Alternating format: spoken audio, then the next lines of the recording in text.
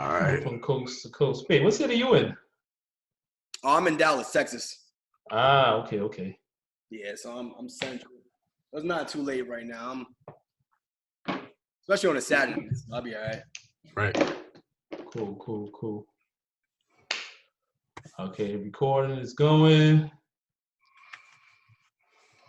Make sure my mic is hooked up. Let's do it.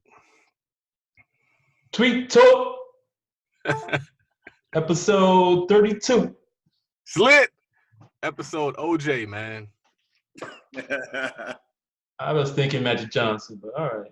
I like both. Either one works. Yeah. No glove. And tonight, as always, it's Raphael and Charles. And tonight we have a special guest, Anthony Hartzog of the Hartzog, as they call themselves on HG. How you doing tonight, Anthony? I'm doing well. Thank you, gentlemen, for having me tonight. Yeah, man. So Anthony will be speaking at the Black Men Building Wealth virtual conference. So we had to bring him on. Tell us real quick what you plan to speak on. So my goal is to help Black men learn about financial freedom and learn about the importance of getting out of debt. And, I love the fact that we are all, building things, but I feel like getting out of debt and building your future beyond that goes just above just what you're doing on a 9-to-5 basis. And also building your income outside your 9-to-5 is very important. So just grinding outside your day jobs, man. Yeah. Cool. I would say the dopest part about this story, and I always talk about this, is like they didn't pay down their debt by just like tightening their belt. They did it by kind of like expanding their belt, if you could say so. I think that's so dope because so many people, they focus on Dave Ramsey method, like, oh, I just got to like eat beans and rice instead of just using the extra like 40, 50 hours that you have out there to go get another bag. So super dope. And then they keep the bag after they pay the debt off. So that's a major part of it too, man. Just keep maintaining that bag and making sure you keep growing it. Yeah, so Anthony, tell the listeners real quick a little bit of the story. Yeah, so my name is Anthony Hartzog. I'm a director of IT at a IT consulting firm here in Dallas. Me and my wife, we paid off $114,000 of debt in 23 months. That's a major part of our story. And the bigger part of it was that we didn't do that by cutting back expenses extremely. We did that by raising our income over $20,000 a year, year over year for the 2 years that we did it. And we did that just by working outside our jobs, man. My dog is. So we did that. Stop. Get out of here. We did that by raising our income outside of our 9-to-5 jobs. And that's the biggest part of our story. You hear a lot of people talking about, cutting back. They were talking about eating rice and beans, but we still ate out. We still traveled. We still went to brunch. We still had our avocado toast, which they talk about millennials, eating too much of that. So that's a big part of our story, not just cutting back, but also raising our income. Cool. So you guys have a website, or is it just the social media? Just on social media right now. I did have a blog, MrDeleteTheDebt.com, but I couldn't blog every single week. That was becoming it was a challenge doing that. But right now, all of our links are on our Instagram page, our consulting, our cleaning business as well, just our debt-free course. So everything can be found under our Hartzog page on Instagram. So now they got streams. So one success led to multiple streams. So they have the consulting, they have the cleaning company, of course. They also have their course online. They also have what other streams do you guys have going on these days? So yeah, we have right now our biggest stream is a cleaning business. We've been doing that for 2 years, Mace to Match in Dallas, Texas. That's our biggest stream right now. Month over month, we've been bringing in total revenue about $20K a month for the past 3, and hopefully this year brings in about $250K. All that's not take home. Obviously, there's a lot of expenses incurred, but we're not out there cleaning houses. So we're hopefully that grows into a full-time job where my wife can manage that from home. So that's our biggest goal for 2020 right now. I know you guys do some Airbnb, or do you guys do cleaning for Airbnb? How does that work? So yeah, we also manage Airbnbs under our cleaning service. And that came about given the fact that we were already in these homes cleaning them. Not us physically, but our teams were cleaning these homes. And we said, you know what, we could offer another stream of income for ourselves, is also another headache off of the owners of the place. So what we did was one weekend we went, we had our tech go to a house, our cleaning tech, and she said, hey, this house needs a new light bulb. And we hit up the owner or something like that. It's like, yo, your house needs a light bulb. We could do that for you. And she's like, how much do you charge? And I was like, wait, we can actually charge for this. So that turned into us managing Airbnbs for our residential cleaning owners.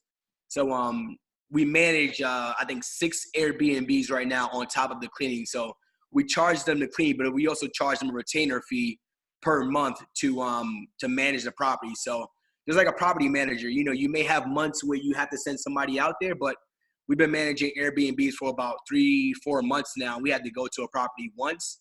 So that's easy reoccurring income right there each month. So major key in that is finding things that you can be paid for, because I know a lot of times, even in doing real estate, there's things that you'll do that you didn't know you can get paid for. Like you can get paid to manage the construction. You can get paid to be the developer on the deal by finding the opportunity. You can get paid for all these different things, and people are just doing it for free. And so we're just walking over wealth because we're not capturing it just by knowing that we can. Now, that's a good point, because we literally didn't know until they said, how much would you charge? I was like, wait, let's not respond first. Let's figure out. And her response was, you know, we said we can do a property management fee. And she's like, wait, you guys do that? And I said, oh, we do it now. You're going to pay for it. We're going to do it. So that's exactly how it started. And she's like, you know, I'll pay you $200 a month. And she's like, well, she said she pays a current person about $150. And we said, well, we're already cleaning, so we'll charge you like $200 a month. And we've been to that property once in 3 months, and that's been, you know, $600 that we didn't even have to work for. If something does come up, we'll send a handyman out there. She'll pay for it. Our job is to make sure he gets in, he knows the code, and he gets the job done. And we send our cleaning techs to kind of check in on them after they're done. Dope. That's cool. You put together a package. Exactly. Are you an infamous CPA? Have you guys made like an alpha connection, or did you guys really? No, that's my guy, man. That's my younger brother. I met him on social media, and he was growing his profile. Make sure you guys follow Infamous CPA, and he offers a lot of value. I think we first connected when I found out this guy was younger than me, and he was doing a house hack. I was like, wait, I can do that too. So I hit him up, and he put me on to Rashana Scott, obviously, but. You know, we just stayed in contact. We actually had a call today about what he's doing with his cars, and that's something that we did to get out of debt. So he's taking what we did to get out of debt to a whole nother level. So we got on a call today and kind of figured out how he did it, and I got my wife on board with that. So pretty much we used to rent our cars on Turo.com to make more income, and what he's doing now is renting his fleet of cars on multiple platforms, so that he could raise more income and have more cash flow. So we had a talk with him today, kind of talking about that. And it's a great business model. And he explained to me how he makes it a passive model as well. So that was pretty solid. So another very important thing is, if you guys are reading Infamous CPA's Twitter today, he was talking about how he had to save up money to get his house hack. And so instead of, I guess, like penny pinching, what he did is he invested in cars, and the cars brought him the money so that then he could pay for his down payment. So invest and build something so that you can increase your income, so then you can kind of do what you need to do instead of just trying to expect a job in your 40 hours to do it for you, because it's probably not going to do it. It's probably just going to keep you working there for the next 40 years. And I swear to God, my end of year review, I got a 3.5% increase, which was my mindset over time. I'm always asking for more money from my job. So 3.5, usually we give it between 3 and 4. I got a 3.5, which is solid across the industry for what we do. But I was asking for more money, and they said this is pretty much the highest we could give you. You know what? I wasn't mad about that. I tell all my employees, I have 30 employees under me, and I tell them at the beginning of the year, because if I tell you at the end of the year, you're going to ask for it. I don't want to give you more money. If I tell you at the beginning of the year, as a new employee, I always want you to ask me for more money. And if you don't ask me, that's all you're going to be left with. So long story short, end of the year, I asked my boss for more money. And it was like, this is the max we could give you. But I realized my cleaning business has given me that increase month over month. So when you're saying make more money outside your job, that's exactly what we're talking about. 100%. 100%. Cool. So Anthony, obviously we can see where this tweet came from. You said on Twitter, don't bank on the government to forgive your student loans. I'm a huge get out of debt guy. I'm a huge Dave Ramsey guy. And I think both of those coincide with each other. I was talking to my little brother, and he texted me out the blue. He said, I'm thinking about paying off my debt. I'm doing a good job at it, but I hear this Bernie Sanders guy. I don't know much about politics, but I hear he's gonna win. And I was like, you know what? I said, stop right there. I was like, stop right there. I said, number one, I don't want you waiting on anyone else to get you on the path to where you want to go. So even if he does win, I don't want you to wait for him to bail you out of debt. If you're already on the right path, we have student loan forgiveness. They've had thousands of people apply for that program, and 95% of them got denied for student loan forgiveness, going back to when I graduated college back in 2009.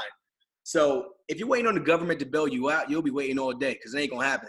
I'd rather you go for it, you work for it, and if it does happen, hey, that's a byproduct of you waiting and going about your path. But don't wait for somebody else to bail you out your situation that you put yourself in.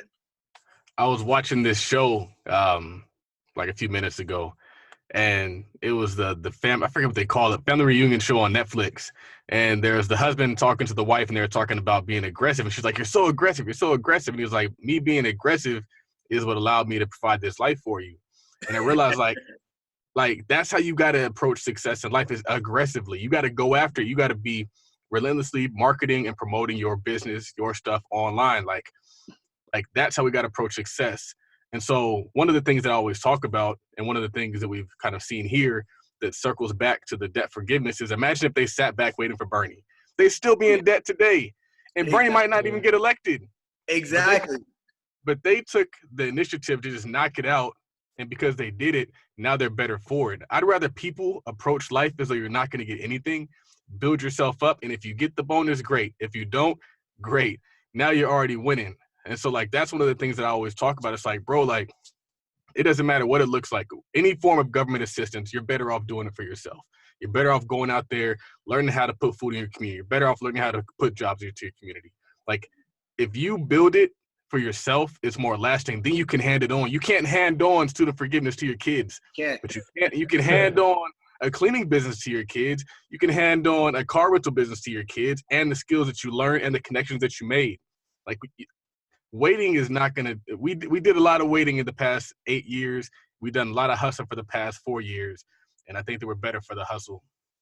Well, we've been waiting for reparations for, I don't know, I can't tell you how many years we've been waiting for that. I don't sit around and wait for my job to give me a raise. It's dope that at the end of the year we get a raise, and it's even dope when we get a bonus, but I'm not, waiting on that. I cannot wait on that to get my family where I need to be. So waiting on other people is going to keep you waiting forever. Yep. I'd rather build it if we can. And kind of building on what Charles said, I get paid for my ideas, not for my energy. So it's nothing to create something and just hand it to my son. Right. Man, I forgot. Before you start, Charles, congratulations, brother. That is a major. That is super big that you have a kid, man. That's congratulations, man. Yeah. Thank you very much. I think it kind of lit a fire into me. I thought I was hustling before. I'm really hustling now. And then once he's here, I'm really going to be hustling. So, but it's just interesting. I'm starting to really realize how money works and how you create wealth and how you build businesses, and all of it's just ideas. It's like Eric Thomas said. He said that the rich people create ideas, have other people work for them. And so what I'm realizing is everything that I create is basically an idea manifested. And so right now I'm working on a different brand. I'm calling it Views, but it's supposed to, I can't really release what it exactly is supposed to be, but I'm I can create these streams and just dedicate it to my son. I can create more vending machines just dedicated to my son. All these streams just dedicated to him because it's not related to my energy and to my effort. It's just, what can I think about next? What can I manifest next? I always tell people everything that you see is a manifestation of my thoughts. So the investment club, the real estate, everything we've done, it's just I probably read a book, listened to a podcast, did all this stuff, thought the idea, and then created it. And now it's generating income. So you only have so much energy and so much effort, but your ideas are unlimited. So therefore, your wealth is unlimited, and that's just kind of how I see things. I'm curious, Charles, how do you go about your day when you're thinking about different ideas? How do you prioritize? You guys interviewing me, but I'm curious on how you prioritize your ideas. That's my challenge right now. My wife is like, I give her a wall board of ideas, and it's like we kind of picking and choosing. So how do you prioritize what's important for you? You know, I try to do things that are in line with what I'm doing already.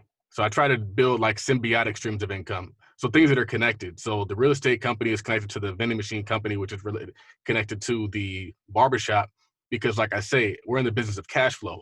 So we put up a lump sum of money and that pays us checks over time. It might just look differently in a different form of business. And so our ideas, except for the one that I'm working on now, which is kind of like a retail idea, even that kind of falls in line because it's going to be like a higher end luxury lifestyle type brand. Like that still kind of falls in line with who I am as a person, what my brand is. And so I always try to do things that are in line. I'm not necessarily chasing an idea as much as I'm just like presenting who I am to the world and charging a fee for it. So like everything is just related. Like we're doing investing, we're doing financing. I can do this stuff like in my sleep. I'm thinking about it all the time. And so I'm thinking about this lifestyle all the time. So it's nothing to really like promote that and create it. I'm not out there doing something that's completely unrelated to what I'm doing. Okay. If that makes sense. No, it does. Any thought that jumps in his head, he just does it anyway. I mean, I just do it, man. We talk on the podcast, and it's like, oh, we're gonna do this.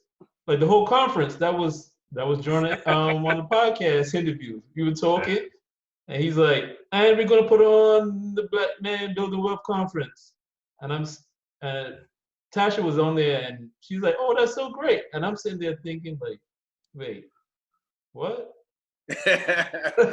So when he brings his ideas to you, you got to have that balance, right? So he could probably bring an idea to you. You be like, you know what, that may not be what we want to do right now.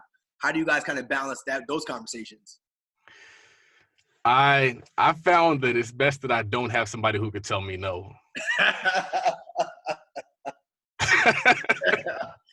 That's one of my. I tweet that probably every other day. It's like I feel like I would be really rich or really broke if I didn't have my wife, because she tells me no all the time, or she tells me to sit there and think about it. So the longer I think, the more likely I'm not going to do it. So I feel like I would be really rich or really broke. So how does that work? Because I've always wondered. It's like if she says kind of like no, or she's not for it, how do you convince her? How do you get over that hump? So with my wife Janoka, it's more like we've been married going on 4 years. We've known each other since we was 12 and 13. And I think she knows me pretty well, where if I bring something to her once, it's probably crap, right? It's probably something I just thought about. So you know what? It's not important to us. I want to do it. We'll let it go. But if I bring her that same idea multiple times, that means I've been sleeping on it. That means I've been thinking about it at work. I've been thinking about it on my commute. I've been thinking about it as I walk my dog. I've been thinking about it as I'm in the gym. And I'm thinking about ways to present it to her in different aspects. So I probably have to present an idea to her about 5 times before she's like, you know what, this may make sense.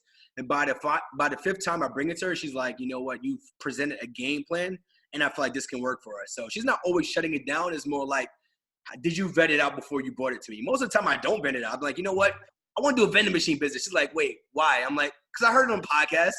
She's like, do you think about it? No, I'm sure we could do it if we just do it.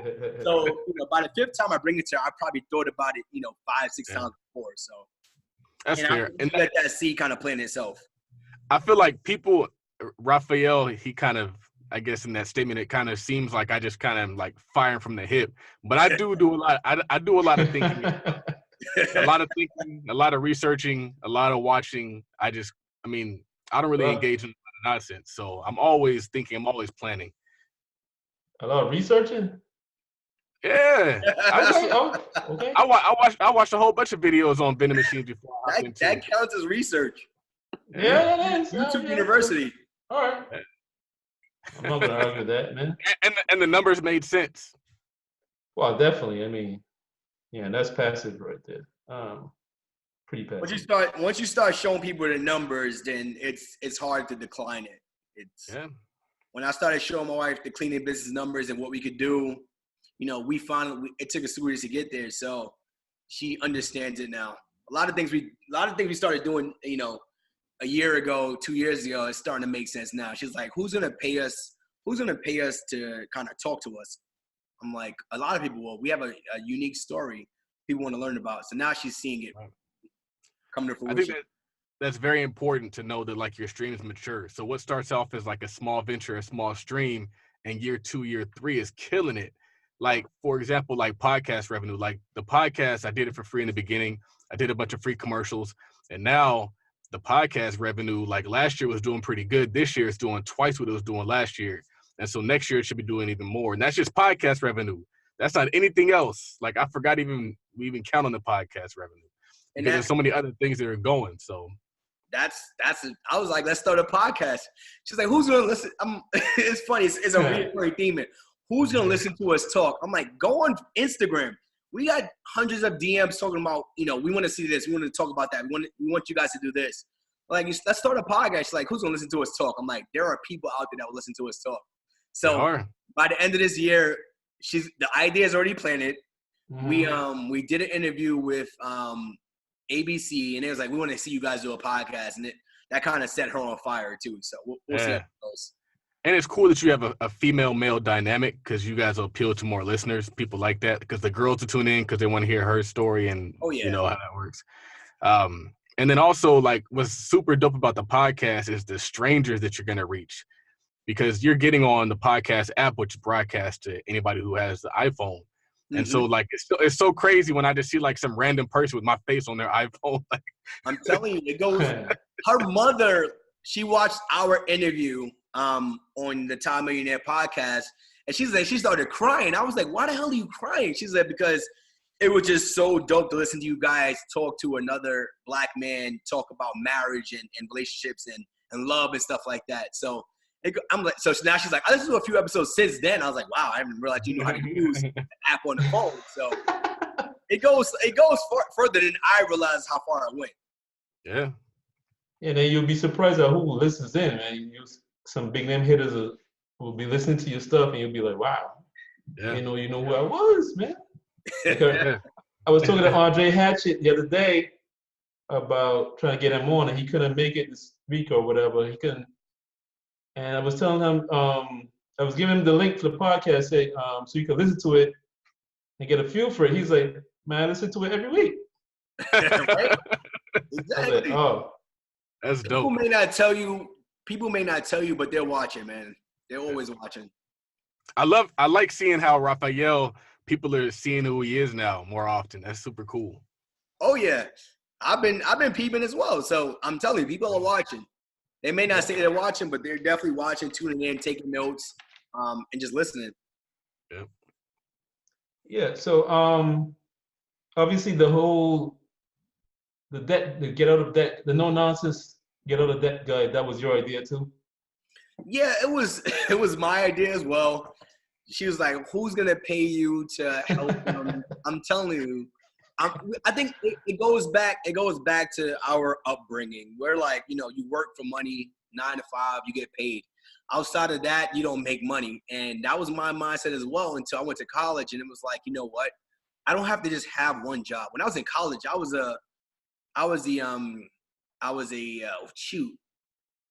a residential assistant. I was an orientation assistant. I was a student assistant.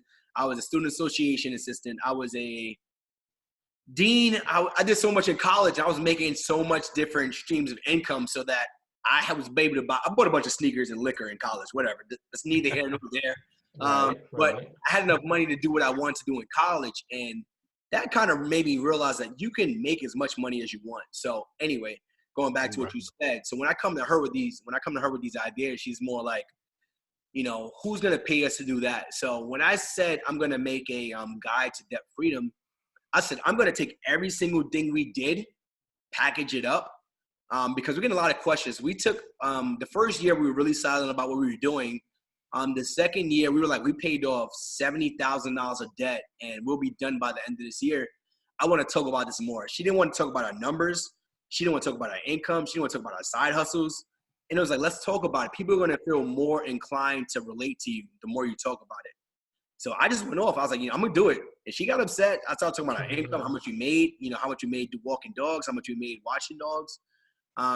So I pretty much made a guide to debt freedom package that gives you a budget. It gives you a timeline as to when you're getting out of debt using the debt snowball method. It gives you a contract for you and your significant other if you guys are dating or if you have a relationship or marriage. It also gives you a bunch of other calculators that helps you put your debt in order. It gives you a thermometer. So what we did was every single month when we paid off some debt, we would color it in on our refrigerator. So we had a thermometer, $20,000 left. We'll color it in.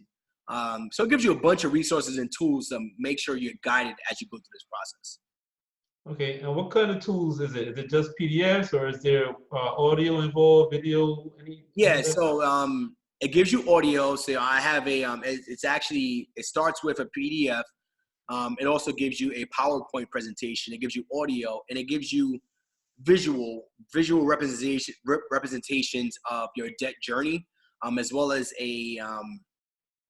some images. So you can kind of put them on your fridge, print them out, post them as you're seeing them throughout the day.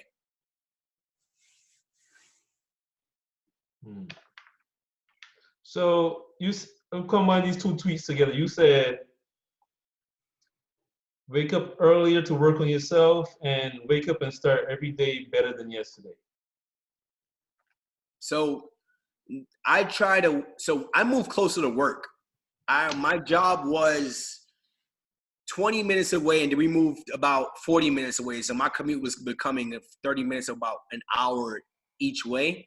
I moved closer to work, so I get my time back in my day.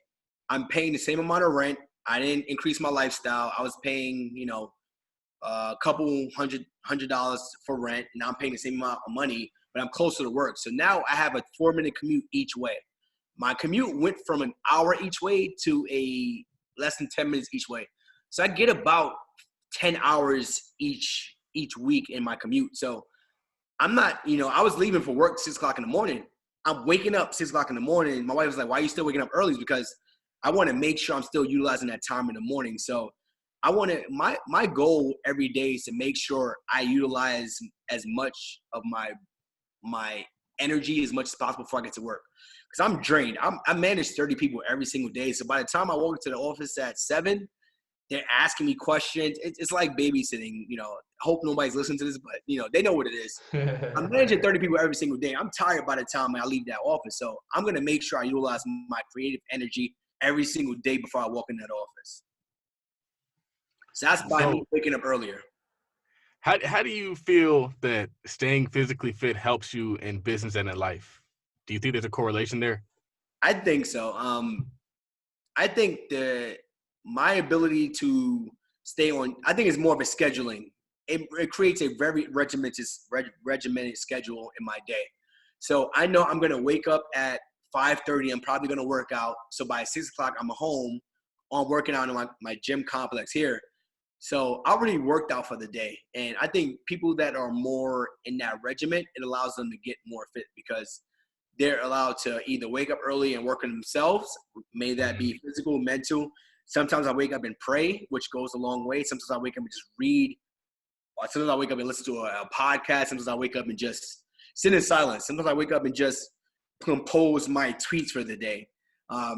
But when it comes to working out, I'm going to make sure I'm doing that every single day so that I have a regimen so that either I can enjoy it myself or my wife can enjoy it as well.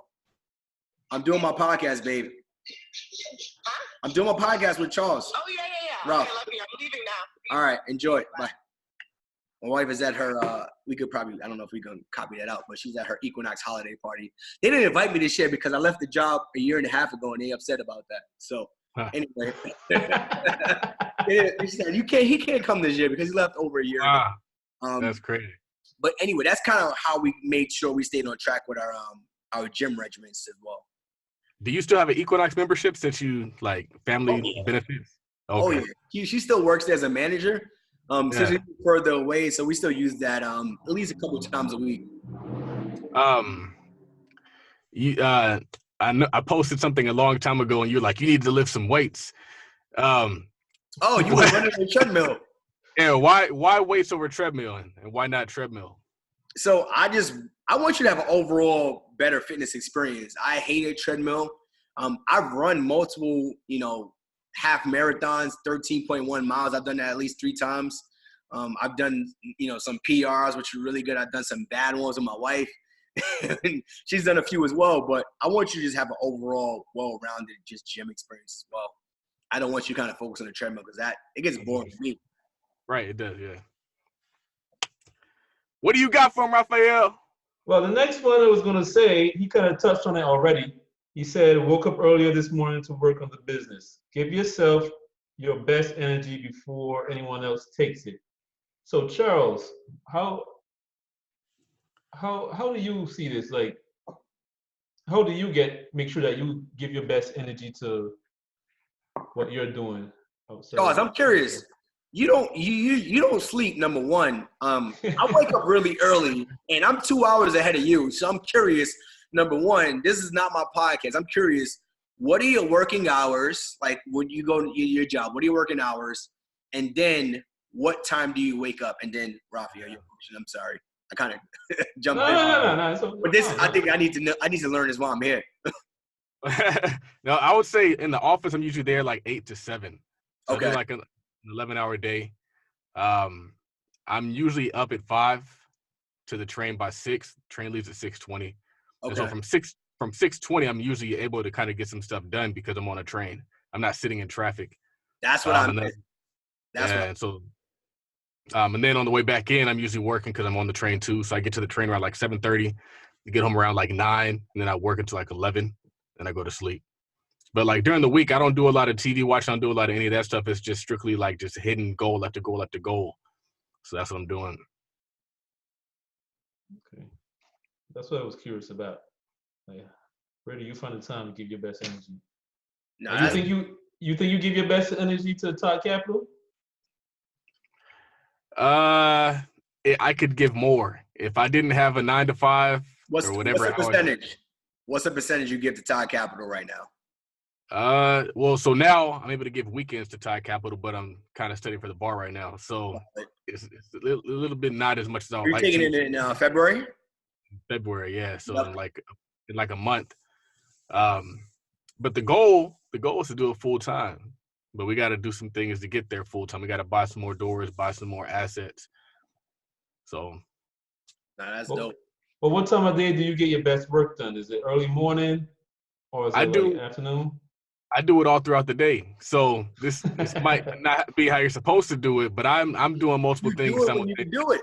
No, right. No. I'm just saying when everybody talks about, there's a time of day that you give at your best. Not so much are you doing good work all day long. It's just like what time of the day is optimal for you for.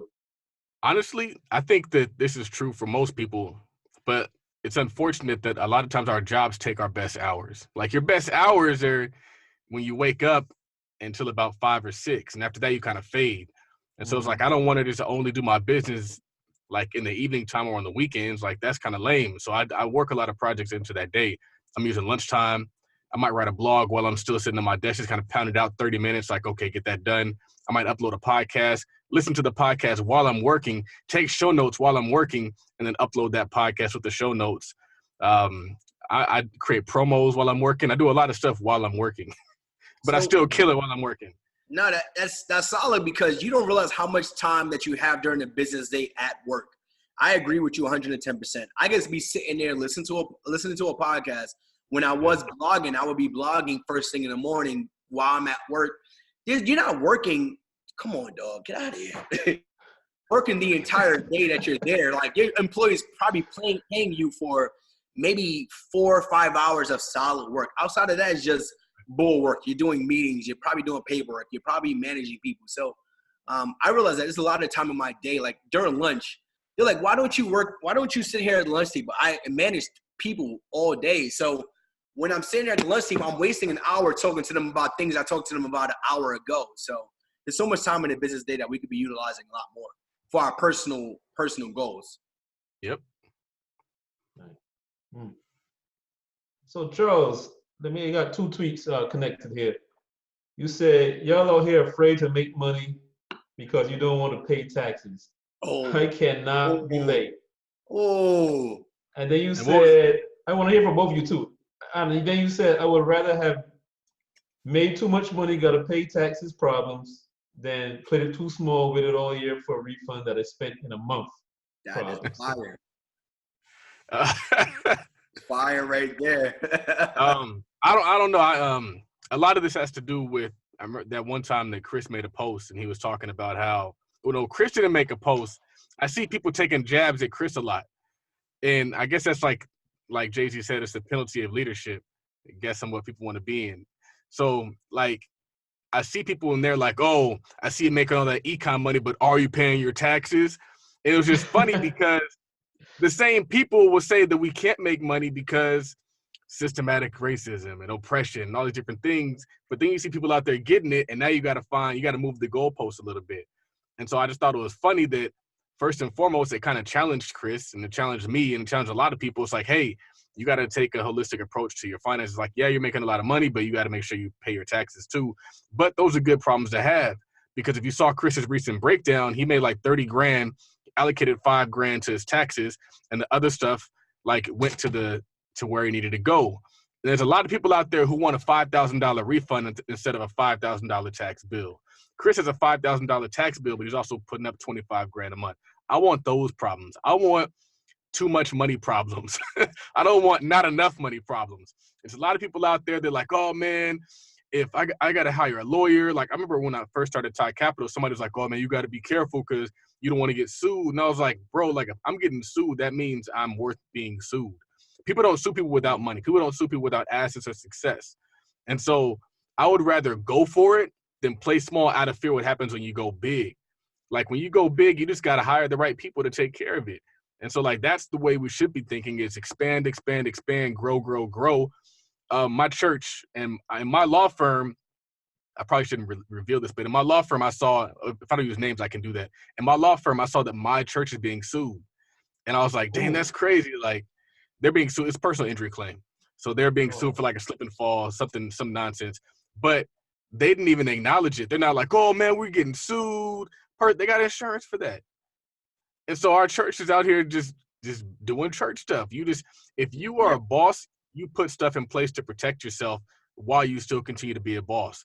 And so like, that's all I'm saying is I forgot who said it, man. She said something about, well, I just know a lot of people, what they do is they play small. And it's unfortunate because they just want that tax refund.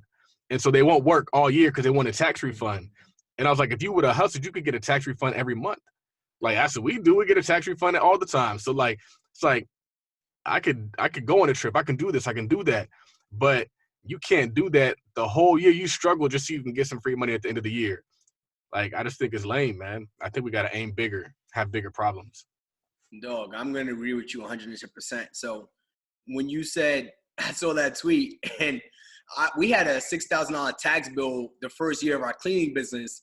And it was dope because I was like, my wife is like, we got to pay $6,000. I was like, well, we have $6,000 to pay. That's not a problem. So we took the money, that we made, a portion of it, and paid that tax bill. We pay quarterly taxes now, so we don't have to worry about that. We haven't gotten a tax refund in years because we make sure we do quarterly taxes. But I'd rather worry about, like you said, I'd rather worry about us having to pay taxes than, getting a tax refund. We haven't got a tax refund in probably 3-4 years because we're making sure we pay quarterly taxes for sales tax, personal tax, business tax, state, federal, whatever it may be. We're paying that quarterly. And I'm actually excited for tax season because I know our stuff has been so on point all year. And we have to pay a $1,000 tax bill. I'm happy about that. We have to pay $2,000. That means we missed a couple thousand here and there. I would rather have that problem than getting a $5,000-$6,000 refund check, which means I didn't take care of my money all year. Right. Yep. It's the people who make the move have those problems. People who make the world move, they're over here going through this stuff with their tax preparer, their tax advisor, trying to figure out how they can save money on their taxes. It's the people out there who don't have those problems, who are at the whim of the people who have those problems. So I want those problems. I want the right kind of problems. I don't want the wrong kind of problems. But there's a lot of people out here who have the wrong kind of problems because they're unwilling to get the right kind of problems. You're going to have problems wherever you are. You're going to have, like, that's just what life is. Like, if you aren't engaging in new problems, you're not operating at 10x levels, as Grant Cardone says. Like the way that to know that you're taking enough action, the way to know that you're aiming big enough for success is you got new problems. And there's a lot of people out here that are like, I don't want problems. So they don't go big enough. So they don't get the success they want. They don't get the wealth they want. And they got to sit down there and cry and hope somebody's going to take care of their student loans. No, I agree with you. And I actually got a question for you, Charles, as well, because it was you follow a lot of things that Chris does as well. And my wife is like, well, I don't want to diminish our brand. So one of the things was $50 Fridays, right? Mm-hmm. And you said, I'm going to do what Chris does. And I've been taking notes of that. So I'm like, well, I'm going to discount our course on this date here. She's like, well, I don't want to discount it because it's discrediting our brand. What's your thoughts on bringing your course down such a significant amount for that single day to get the sales? So interestingly enough, I just learned something recently. I learned that just because you go down doesn't mean you have to stay down. The world is big. Like there are so many people out there. And so there's a course that I discounted recently that I just sold today for more than what I discounted for like 2 weeks ago. And when I did that and I got the sales, I was like, that's kind of interesting. I think sometimes we give consumers too much credit.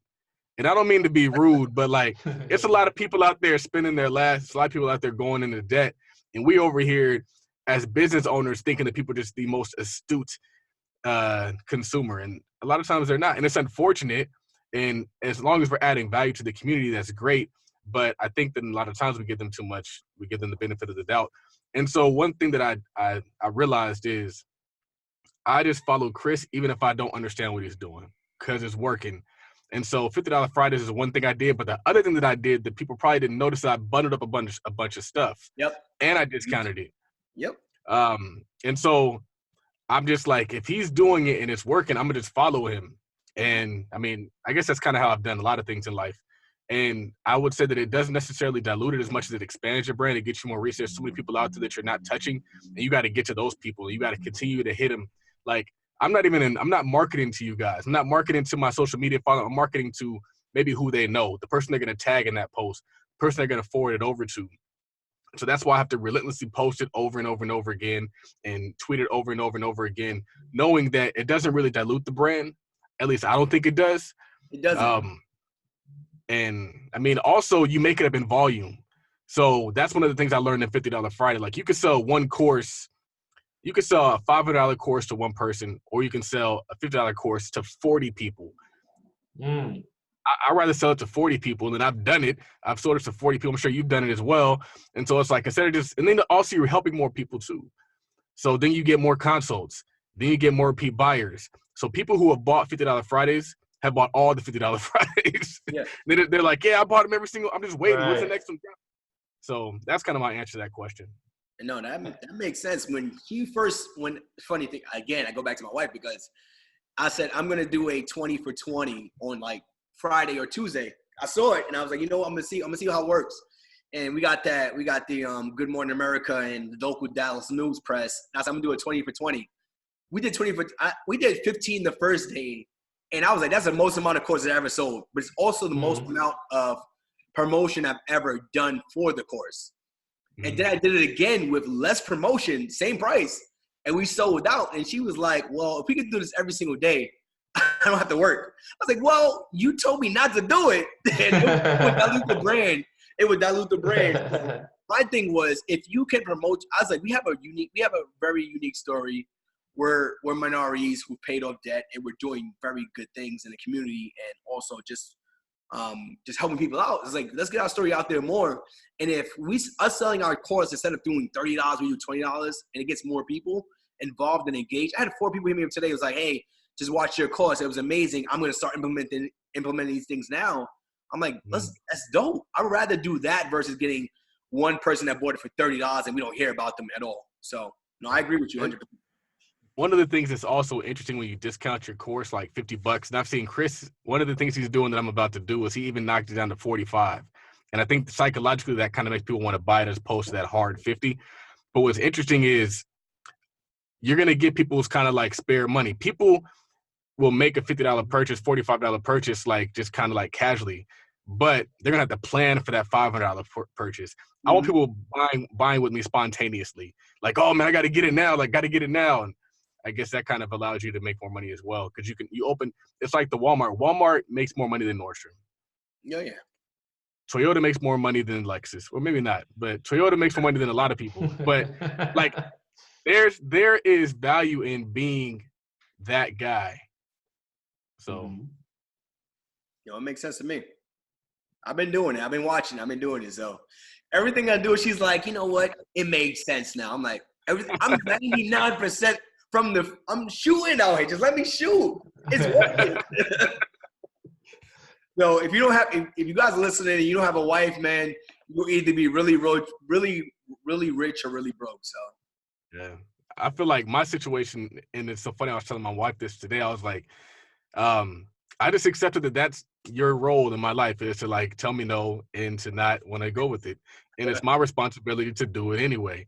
And then she's like I was telling Raphael last week on the show. I was like, at first she wasn't really super gung ho about the vending machines.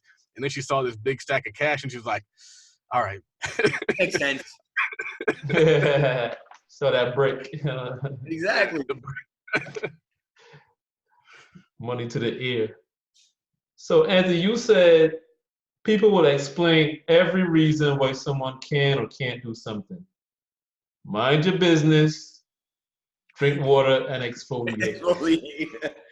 So, one of my alumni who went to University of Albany, she's a huge influencer in the makeup and product space, and that she just says exfoliate every single day. The drink water and mind your business, I think Black people say it a lot. But my thing was, when we post our story, I love the comments. I live for the comments. I cannot not respond to the comments. So Good Morning America said, this couple paid off $114,000 in 23 months. I go and read the comments, and I don't want to respond to every single one. And the biggest thing about it is you'll see 25 excuses as to why they couldn't do the same thing or something close to it.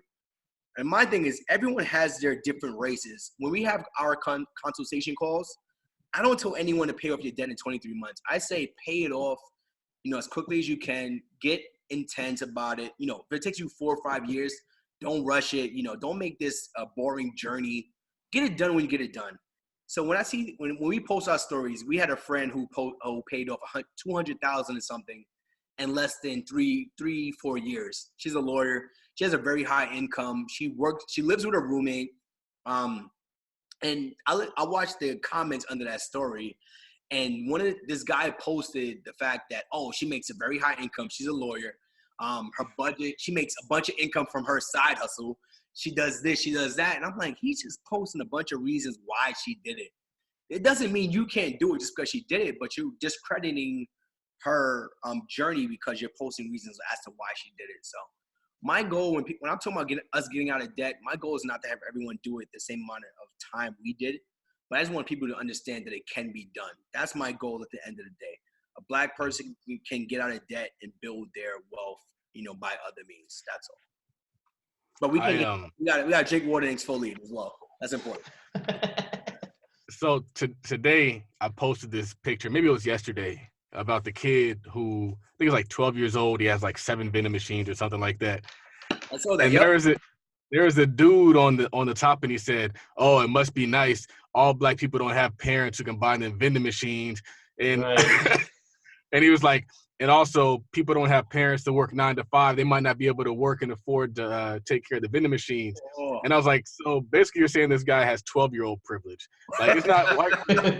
I'm telling you, they will make up anything to make sure it makes sense for their narrative, man. I swear to God, they will. And my thing is, and I think I said this on the show before, is like, if you want to speak those limits over yourself, that's cool. But don't speak those limits over other people. Don't speak those limits over me. Like, keep those limits for yourself. As for me and my house, we're going to get it. And I don't really want to hear what you said that I can't do, because we continue to do what people say we can't do, what we won't do, what we shouldn't be doing. And the same is true for everybody on this podcast. It's like, I want people to know that it's not a Black thing. It's not a white thing. It's like, are you going to go get it thing? If you made up in your mind that you're going to go get it, you're going to go get it. But if you make up in your mind that you can't go get it, you can't go get it. And like, a lot of people are just resigning themselves to that truth, and then also trying to say like, oh, well, since I can't do it, then you can't. Like, those are your limits. Like, keep those for yourself. And I think my mindset now is I feel like me and my wife could do anything we want to do. I was like, when I listened to the first podcast about a kid who was making $10,000 a month cleaning houses, I was like, wait, I could do that. I don't have to clean houses. We can make $20,000 a month. Now we're at the $20,000 a month mark 2 years in. So it was like, I don't want people to feel like they can't do anything that they see somebody else doing just because they don't have the means or methods. There's resources out there we can figure it out. I hit him up. I was like, hey, I want to learn more about this. He's like, I'm going to teach you everything I know. And from there, I was like, well, I need to learn more. So I did that research on my own. Nice. Yeah. Raphael, what's next? So Anthony, you said the only thing standing between you and your goal is the story you keep telling yourself as to why you or others can't achieve it. So that one was about, I think it's more about the cleaning business as well. My first reaction was, I don't feel like, I know we can do this, but I need to understand my wife's mentality to make sure she understands that we could do this as well. A lot of my stories revolve around my wife because we share a lot of information. We share a house. We share a dog. We are married. We are engaged. We are parents to our dog. We are one under the eyes of God. I'm not trying to go there in religion, but we share a lot of stuff. So I want to make sure what I do is not just for me. I want to make sure she understands it so that if it fails, things have failed. We've failed a few times, and I want to make sure she understands why we failed. I don't want it to be an Anthony thing. I don't want it to be a Janoka thing. I want it to be a family thing. We failed. I'd rather say she understands why we failed, and let's figure out how we can fix it for the next time. What's next, Raphael? What's next? So Charles said, success to me isn't stuff. Success to me is, did I give my son a great life? It speaks for itself. It's one of those tweets that's like, hey, it speaks for itself. But I was looking for a backpack, and I was like, I really want a Louis Vuitton backpack. And I was like, that Louis Vuitton backpack cost $2,000. They weren't always that expensive. They used to be like around $1,000. Now they want $2,000 for a Louis backpack. And I was like, nah, fam, I'm good. So you're making backpacks now? Is that what it is? Views. we gotta figure this out. I want answers. No, but I realized because I'm putting a lot of money aside for him, and I was like, it's dope because like all the stuff that I'm doing is gonna allow him to just like win, and like the knowledge that I have and I mean the resources that we're building is really allowing us to like give him kind of what people say that he Tasha was like, oh, I feel like it's coddling. I was like, some people call it coddling, and some people call it privilege. I'm gonna give him some privilege, and you can call it coddling if you want as he drives past you and whatever he wants to drive. And so like for me, it's like that's success. I feel like it's like the Bible says the man leaves an inheritance for his kids. A righteous man leaves an inheritance. But there's a lot of people out there not leaving inheritances, but deeming themselves righteous. Like that's success. Success isn't like, did I drive the fastest car?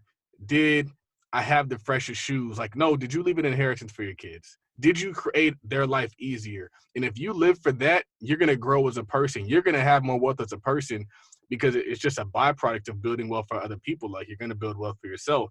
And so like, that's kind of like what I've manifested. And I feel really good about that because it's a bigger thing than just myself. And I'm realizing like there's so many things that I can be doing and am doing that are only going to make his life easier, but also is what the wealthy have been doing. So I'm starting to really look at like, how are trust funds? How do they operate? How do they exist? And I'm realizing like, okay, so it's not just a pile of money in the trust fund. It's also assets in the trust fund to pay him cash flow from that trust fund. It's also, hey, we have this lump sum that's paying you interest per year and you can live out of the interest. I'm thinking of ways to use rich dad philosophies to enrich his life through cash flow so that he doesn't have to work. I was in the office and somebody was talking about how, like, do they want their kids to work and what they want their kids to do and what they need to be doing at 18. I was like, my son's going to take over the family business. Like, that's what he's going to do. And it wasn't really a second thought. He's still going to go to law school. He's still going to probably go to business school because I want to be able and educated and qualified to do those things. But like, that's what I'm setting up for him. I'm setting up a nepotistic. Is that a word? Nepotistic? I'm setting up a nepotistic situation. And I feel like that's dope to me. Like that's like, I think it was Fabulous who made a rap, and he was talking about like it's interesting how so many people who grew up without a dad became great ones. And so like my dad was present, but like my goal was to be a great father. My goal is not to just be like, I raised you, you 18, you grown, because I feel like that's whack. I feel like kicking somebody out of 18 is whack. We could be doing so much more, and I feel like you should be doing so much more. But so many people think that they just have, if they're doing the bare minimum, and I'm just not a bare minimum type person. I want to overdo it. I want to kill it for him and make his life great. So Charles, got a question for you as well. So did you guys kind of plan for your kid, or was it like, we're going to have a kid at this age, or how did you guys come to that conclusion? So I'm 33. I'm 33. And I would say that he was planned for. I think we made him on purpose. And I don't know that I would say that we're like we knew like, oh, we're ready now, let's do it. So I can't really say like you'll know when you're ready. I just know that I knew that there was times when I didn't want to have a child, if that makes sense. That's my next conversation as well. Yeah, you're good.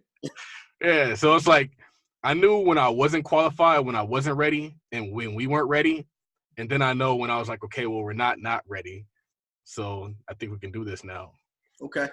That makes sense. So Charles, you said no matter how much your working income is, you are underpaid. 100%. Shit. I think it speaks to itself, because if you know how business works and you also know what you can make once you take yourself outside of your business, like, so for example, like if you do consulting, if you do all these different things, like you're billing yourself out at $100 an hour, $200 an hour, but your job's not paying you $200 an hour, but they're billing you out at $200 an hour. Mm-hmm. And so no matter where you are, like, listen, we can even take it down to a fundamental level. Like if you work at Burger King and you get paid $10 an hour, how much revenue is that business seeing per hour? They're not making $10 an hour. They're probably making about $1,000 an hour, but they're paying you 10. And so if you're a lawyer, if you're a professional, it's a lot easier to kind of dictate what you're worth because as professionals, you bill up per hour. So like if you are a lawyer, you're going to be billing your clients. If you're a CPA, you're billing your clients. And so it's a lot easier to say like, okay, well, they're paying me $100,000, $120. That's basically $60 per hour, but the client's paying $300, $400 per hour. You're underpaid. That gap is your money. That gap is your wealth that you're just giving to your boss.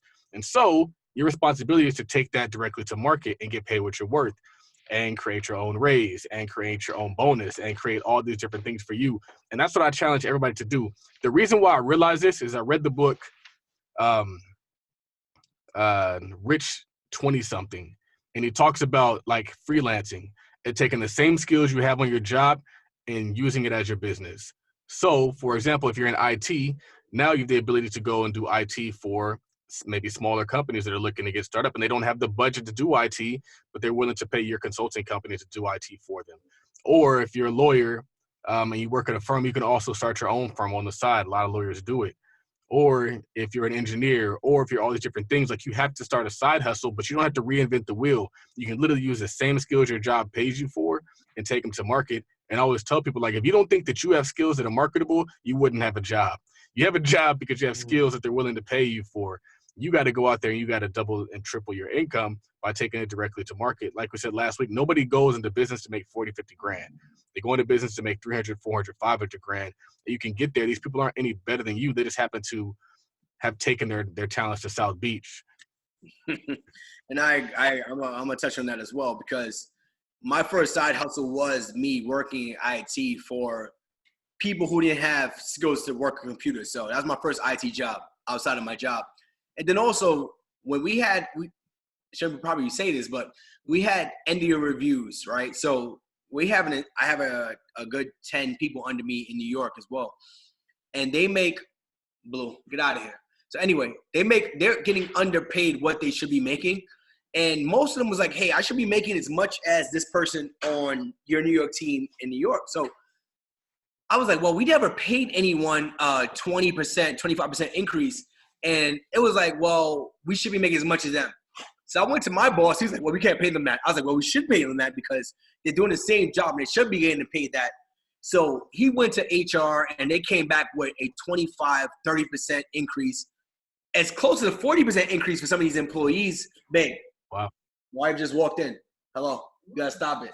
So anyway, they paid some of these employees 30, 40% increases because they knew they should have been making more. But I was like, at the end of the day, I told you this in January. Now we have to face this in November and December because you want to drag your feet and make it seem like you couldn't pay it. So at the end of the day, companies will never pay you how much you're actually worth. And every single review, I always ask for more. You should as well. In one of my favorite books, The Choose Yourself Guide to Wealth, he talks about how corporations don't like you. They kind of just tolerate you. And we always talk about how, like, you're working this job and you're missing family events, you're missing all this stuff, and then when you die, they replace you in a week. Or when you put in your 2 weeks notice, they just fire you.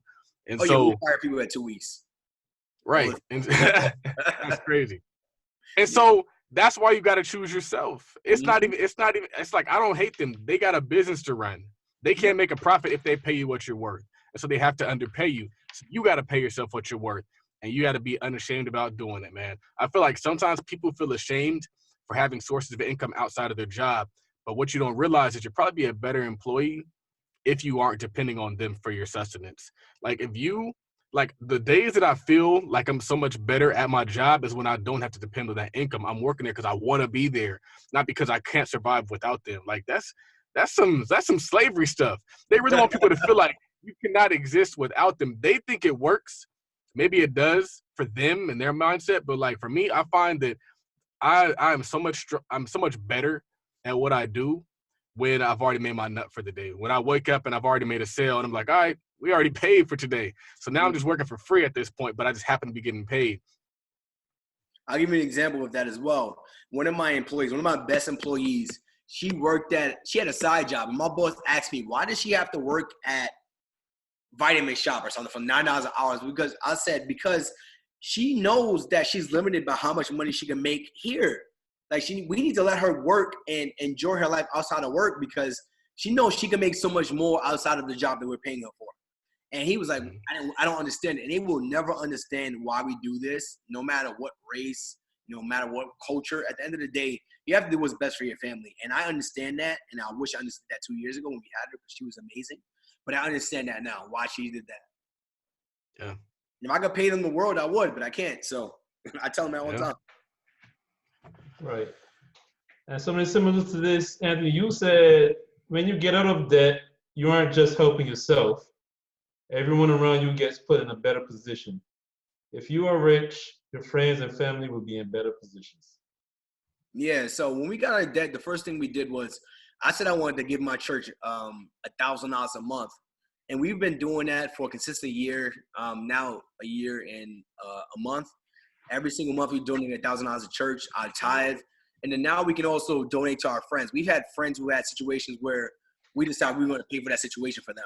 We had family. We was like, we're going to pay this for that situation for them. We had Christmas gifts. We was just like, you know what? We're going to give every, family member, $200 because we had it. So we were able to budget more, that we were going to debt. We were spending $4,000 or $5,000 on debt. We said, we're going to give that to friends, family, church, giving, tithing, whatever it may be. So you put your family around you in a much better position so that now they can not just monetarily, they can also see what you were doing, and now they're motivated to do the same as well. So speaking of that, a lot of people on Twitter are like downplaying the hustle, and they're talking about, oh man, you got to protect your health. You got to do all this. Like, you shouldn't be working that hard. What's your take on hustle culture and hustle culture? I think hustle culture is relative to what you're doing. Me and my wife, we're not outside the house every single day. I think hustle culture depends on, your circumstances. She works at Equinox on weekends, but outside from that, most of our income is in our home. It's online. It's through our cleaning business. I think we need to figure out what makes the most sense for our situation. If you have time, dedicate your time to make more money. If you don't have time, figure out something where you could do from home. We had people who started virtual assistant companies. It's like, I can't leave my house.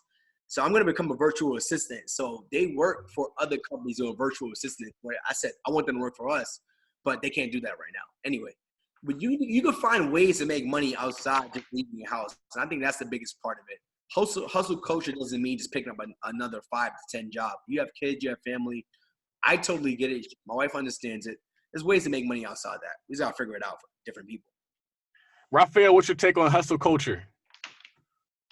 I think the name sucks, by the way. I don't think it should be called hustle culture. It's like a derogatory name for something. Hustle is a derogatory name as well, but here we are.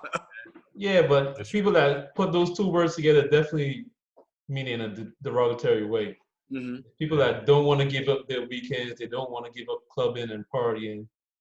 And I remember a couple of days ago, we saw people talking about hustle culture is literally killing people out here. Like, seriously? That's intense. They shooting people? How are they dying?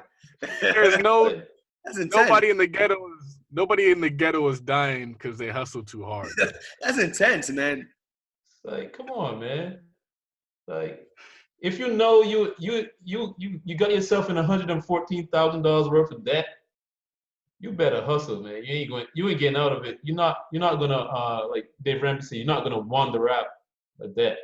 You can't just be like, well, I'll just add a little bit here, or add a little bit here, and I'll be good. Nah, you better get at it, because otherwise you'll be drowning for the rest of your life. You were intentional getting in that debt, so you got to be intentional getting out of it. And not only that, this might sound kind of crazy, but I saw there's a post, and there was the two graves, and it had like the mansion, and it had like a shack. And they said, like, oh, when they both die, they're going to go into the same hole. And they're like, but his family is going to inherit a mansion. And so let's say, hypothetically speaking, you hustle and you die. At least you left your kids better off. Like, your kids are going to be better off for your hustle. I don't think that that's necessarily the case, because people out there, you see it like people out there who are hustling, they're also hustling in the gym. They're staying physically fit. They're also out there eating right. They're probably vegan or on a very good diet. Like, they're intentional about everything in their life, not just their finances. They're like, what can I do to make sure that I'm maximizing and performing at peak levels across the board? It's not just I'm lazy here, but I'm excelling here. How you do anything is how you do everything. So. Yeah. Plus, in that situation, the poor guy, his family's probably having a GoFundMe. Right. That's one of my biggest fears, man. I swear to God. When I first saw GoFundMe, it was for a funeral or something like that. I said, I don't want to leave my family in that position. I said, Lord willing, God forbid that happens. I don't want my family having to beg for anything to bury me at a bare minimum. Yeah. Yep. So, Charles, you said, I think this is a good one for this episode. The bar to self-employment is so low, fam. If you can make $100 per day on your own, you can work for yourself. I mean, the average apartment's for like $1,500.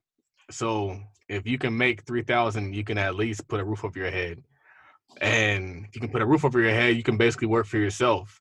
And it's so easy to make $100 per day. It's just a matter of like putting those systems in place and kicking it out and being aggressive and intentional about it per day. Chris is out of making $1,000 per day. So shit, I swear to God, I was when I saw your payout for Gumroad, I showed her. I was like, you worried about me discounting our course, but we just made $500, which was $400 more than what we made 5 months ago, because we're being intentional about this stuff now. So she's understanding it, and I agree with you 100%. You be more intentional about your marketing and just what you're doing. People will buy into it.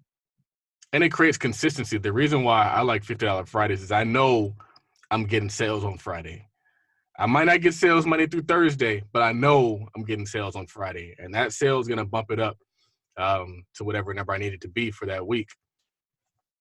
But yeah, the bar is low. And I was talking about doing the freedom math, and that it's like, if you know what the bar is, if your bar is $4,000, you got to reverse that of that. And it's like, how many doors is that? Is that 8 doors? Is that 9 doors? Is that 10 doors? And then it's like, okay, well, now I got to get 10 doors. And now I got to get the funding for 10 doors. Now I got to find 10 deals. and then I'm free. And after that, then we're good to go. Give me some water. And the good thing about your example from earlier, when you were saying running the $50 Fridays and getting more sales, even though it's a much lower price, since it's digital, your cost of goods doesn't go up. I mean, it's the same price for you. You already made it a while back, so it's not costing you more for more sales. So same cost. It's actually a bigger margin because you're getting more sales. Yeah. And also, one of the things is just expanding your brand. You got to get those strangers, man. A lot of times, like, another thing is strangers are probably going to spend a little bit of money with you because they haven't been following for so long. And so it's going to be very difficult to get somebody who doesn't know you from Joe to pay you $1,000, to pay you $500. But you might be able to get them to pay you $50. And then you've just got another person in your network. And there's so many more people out there outside of the maybe thousands that follow you. Like, there's still millions of people out there that you can still be getting money from. That was my biggest challenge early on. I was like, well, why aren't my friends and family supporting what I'm doing? I was like, you know what? They may not be my market. And I also don't know as many people as I'm marketing to. So my goal was to get more people. When I get a sale from a friend and family, I feel like it's a zero sale because they're going to support me regardless. But when I started to focus on people who didn't know me, that's when our sales started rocketing. Yep, 100%. So, Charles, you said, I think this is good theme for this whole episode. You are where you are because of how you think. Oh. It's a lot. It's a lot that goes into that. I think, and this probably you guys probably didn't think this was the inception of that tweet, but there's been a lot of conversation on Twitter about paying half of the rent. Oh God! Don't do that.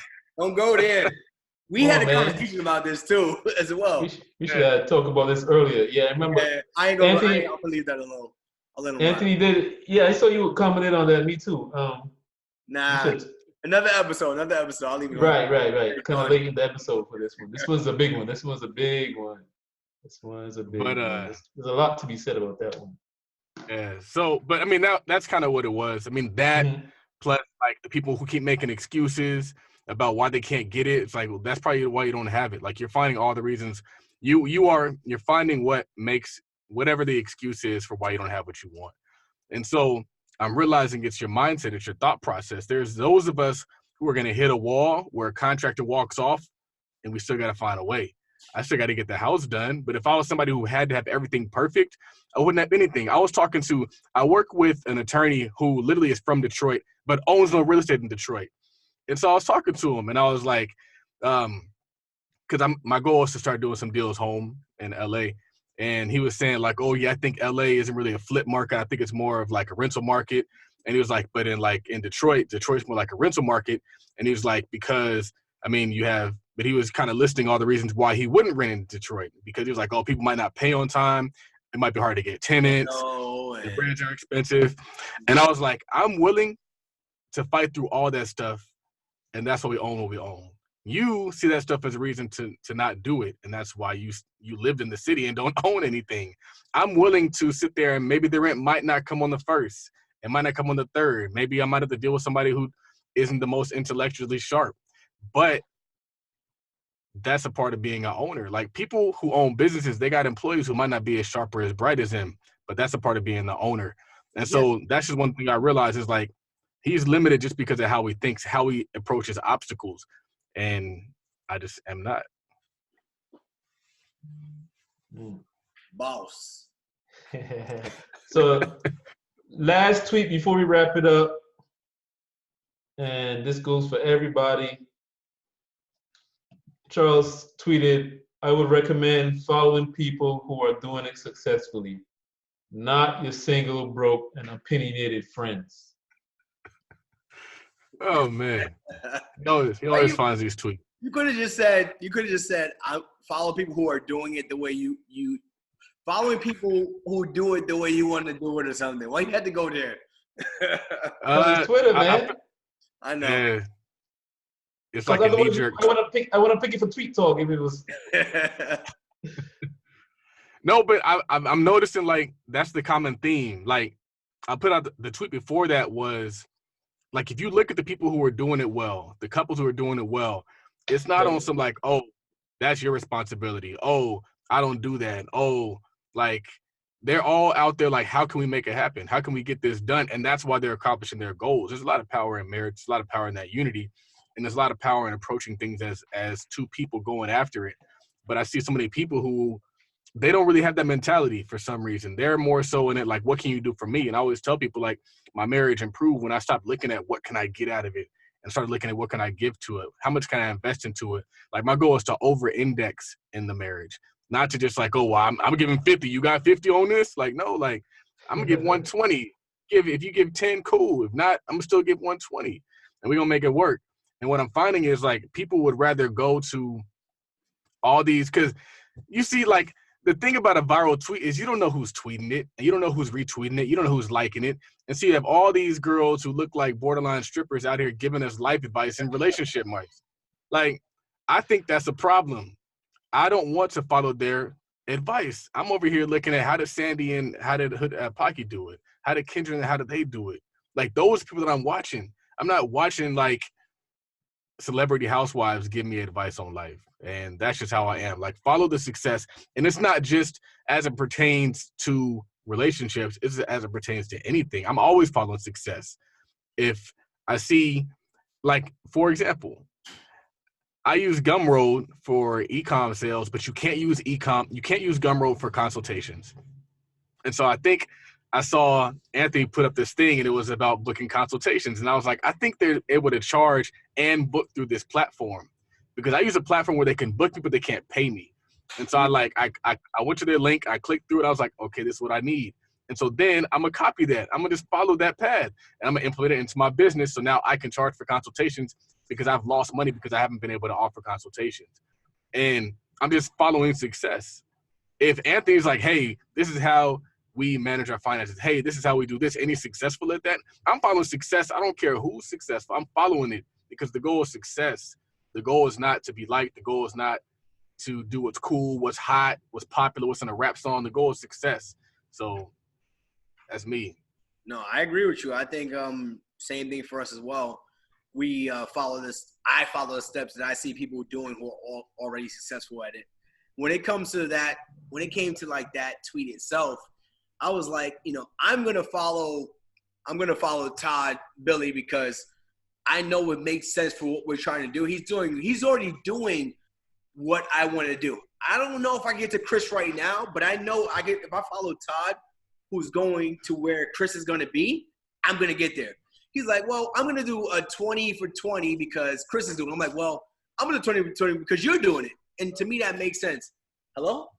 My wife is she's on the couch now. She's listening to us. So I'm going to do that. And it makes sense. We had our most core sales in a day because we did the 20 for 20. And then we had our most core sales in a week because we did the 20 for 20. So I was like, I'm going to follow people who are doing what I want to do or where I want to be because it makes sense for me. When I first started the cleaning business, like, you know what? I'm going to follow this kid because he did 10,000 in a month. I'm not going to do 10,000 a month, and now we're doing 20,000 a month. So to me, it makes sense to follow people who are already doing what you want to do, or they're already at where you want to be. Yeah. And I feel like that kind of a lot of people just follow who is close to them. So they're like, oh, my homeboys are doing this. I'm just going to try to fit in. And I've never really been that person. I've always kind of looked at people who are older than me because they have already kind of lived through what I've lived through. And so I think that's very important because you don't want to get in the habit of just following people just because they might look like you and they're around. Like, I've done that as a young age. Like, oh, we wearing tall tees now, so I guess we're wearing tall tees. Wearing do-rags. Right. So it's like, I don't want to like live like that where I'm measuring myself against my peers because my peers don't know anything. They don't know where they're going. Like, and the crazy thing about life these days is success isn't really age-based. Success is success-based. And so there's people who are 24 who are ahead of you, and you still got to follow them. The people who are 45 and they're ahead of you. The people who are 18, they're ahead of you. So we're following those moves, not just saying like, oh, you're older, so you know better. Nah, it's over for that, man. We got the guy that's selling the do-rags. He's out here cooking, man. That's right. He's cooking. There's a kid who's 18 doing options, making great bread. So. I know we've been talking about the 12-year-old earlier, but I forget this kid's name, but you know, we've been watching this Virgo kid grow up on Instagram, man. And this kid is he's moving product. He's got all these rappers wearing his stuff, man. He's hooking up with like Eric Thomas. Yeah, I'm like, you watching him grow up, man. Growing up and making that money. But the crazy thing about it is, do you think he's working any harder working his own business than he would if he was working at like McDonald's? It's probably about the same amount of effort, but he's making so much more money. He's making so much more money by just having his own business. And that's why I'm so pro-business and not pro-job. I saw a Dr. Clyde Anderson post, and it reminded me of something I've said for a while. I think he might have posted it, Raphael, and it said, like, Black Americans don't need more jobs, they need more businesses. Because business income is unlimited. Your job's probably never going to pay you $200 grand a year. Maybe if you're like 50, they'll pay you $200 grand a year. Maybe if you've been there for a while, and if you have a JD of a bunch of student loan debt, maybe they'll pay you $200 grand a year. But your business will pay you $200 grand whether you have any of those credentials. And a lot of us don't have those credentials, so therefore a lot of us need to be looking to get into business, not to get people to like us. Because I put out something that is really, I think, probably one of the most insightful things I've written is it's a lot easier to start a business than it is to make six figures on a job. But the business will get you to six figures. But people are so focused on getting a job and jumping through those hoops instead of just getting out there. And I made that quote because I walked into a nail shop, and the nail shop literally was just a table and a chair. It's a table and a chair. And they probably make bread. Asians make bread out of those nail shops. But you have somebody out there who's like, oh, no, I got to be a doctor so I can make good money. No, you see the table and a chair. That costs you probably rent a table and a chair. And you're in business. You can go shine some shoes, you're in business. We got to be focused more on getting into business because it's a lot easier to go into business than it is to make six figures in a world where people might not want to give you anything. Man, we do consulting for cleaning business potential owners, and they're like, we work with a couple out in Chicago, and they're like, well, we're only making $100, $200, $500, $600, $700, $800 for the first 2-3 months. I was like, our first month we made 14. We had 14 bookings, which amounted to about $150, something like that. I was like, by our sixth booking, we had 40 bookings, which brought us like, $5,000-$6,000. And I was like, by the end of that year, we were making $10,000 a month. I was like, it's not going to be easy, but as long as you keep pushing, you'll get where you want to be. Like, don't give up because it's hard right now. Just keep working and you'll get there. So now we're doing, 115 bookings a month. Like, but that took 2 years. It's not easy. We had a conversation yesterday with a shorty that she's like, well, I don't know how easy this is going to be. I was like, it's not going to be easy at all. You're not going to get this in 5 months. It's going to take some time, but now it's more reoccurring income where we're bringing in, a couple $1,000s a month. So it's going to be hard, but you got to keep pushing. Yep. And people don't want to do that work. They're like, you know what? I thought it was going to be easy. I want to do this now. It's not going to be easy. If it was easy, everybody would do it. We know that. All right, so we're gonna wrap it up. You said the wife is home now? Oh yeah, she's there. Yeah, so the question remains, why didn't he make the chicken, man? Why didn't I make the chicken, babe? Wow. That's hilarious. I didn't throw that out there. Listen. It's a valid question. So the chicken wasn't made because we didn't plan for the chicken to be made. It was. All right, this is my podcast. This ain't yours. Right. Listen. The chicken wasn't made because we didn't plan for the chicken to be made. We have a game plan, and the plan was off track at the end of the day. I know I made this podcast get off track now. Right? So, anyway, we got Anthony Hartzog tonight, special guest. Just a reminder, he will be speaking at the Black Man Building Wealth virtual conference. Go get your tickets if you're listening. It's on Eventbrite. That's Black Man Building Wealth virtual conference. Check him out on IG. What's the IG? The IG is The Hartrimony. So that's TheHartrimony. It's a play on our last name.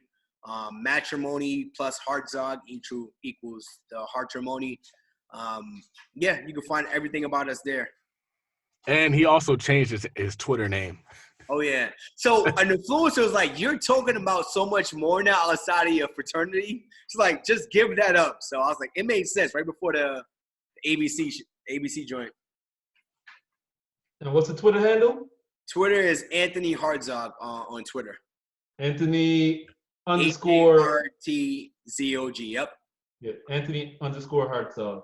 Correct. I'm still getting used to it. So I had Rockstar 1906 to 2008 or something. Oh, right. That was your name. Okay. Yep. Okay. She was like, give it up. So I gave it up. Yeah. So definitely check him out. Follow him on IG. Follow him on Twitter. Make sure you get the No Nonsense Guide to Debt Freedom. Right. No Nonsense Guide to Debt Freedom. If you listen to this podcast, you know you can follow me and Charles on Twitter. Raphael at Work Money Life on Twitter, and Charles at Todd Billy, TODDBILLI. It's still Todd Billy, right? For Trilly? now. Todd Trilly? We going for that? Billy Pablo III. You know, he's Todd Billy on Twitter. He's Charles at home. He's Chance at Starbucks. I saw that too. On Instagram, he's partnered with Millie. Also at Todd.capital on Instagram. And you can follow the show on Instagram. I think I'm going to change it on Instagram. Really? Yeah, I think we're going to go with Tweet Talk Podcast on Instagram. Let's make it simple. Simplify everything. Try to streamline it. So follow us on Instagram at Tweet Talk Podcast. Okay, so also check out Blessed Black Man. Oh, right, Blessed Black Man on IG. And shout out to show sponsors. We got Invest as a Team. So go to investasateam.com and get your gear, your merchandise. If you're a boss and you're ready to partner up with everybody. And for sure, go gumroad.com/Todd Capital. Get that group economics starter kit. Big bang for your buck. 4 products in one. Cannot beat that. Cannot beat that. Shout out to Get Laced. Get your custom shoelaces. For your kids. Who else we showing out, Charles? Erica Classic Climb. Check her out on YouTube. Also, Hood Estates. Terry Igioma. I'm an investor, the trade and travel platform. Also, check out the Charm City Buyers Next Gen platform. So we're working with them, and they're doing some really cool stuff in Baltimore. Man, I think that's it. Pretty much. Okay, so with special guest Anthony Hartzog, Raphael and Charles, Tweet Talk, we are out. Cool.